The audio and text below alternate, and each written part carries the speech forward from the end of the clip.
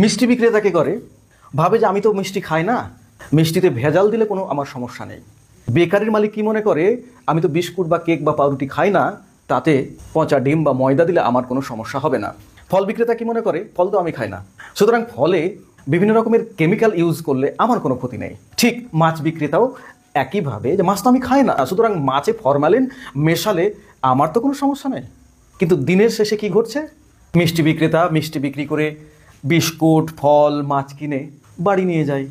বেকারির মালিক কি করে, বিস্কুট বা কেক বিক্রি করে মিষ্টি ফল মাছ কিনে বাড়ি নিয়ে যায়। ফল বিক্রেতা কি করে, ফল বিক্রি করে মিষ্টি বেকারের জিনিস মাছ কিনে বাড়ি নিয়ে যায়।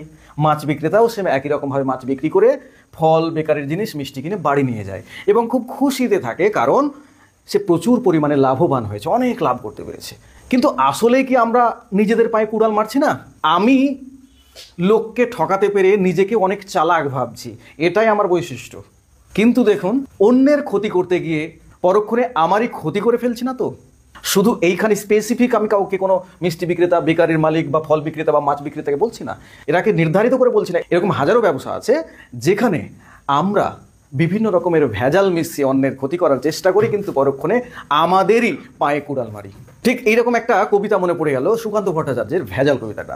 ভেজাল ভেজাল ভেজাল রে ভাই, ভেজাল সারা দেশটায়, ভেজাল ছাড়া খাঁটি জিনিস মিলবে না চেষ্টায়।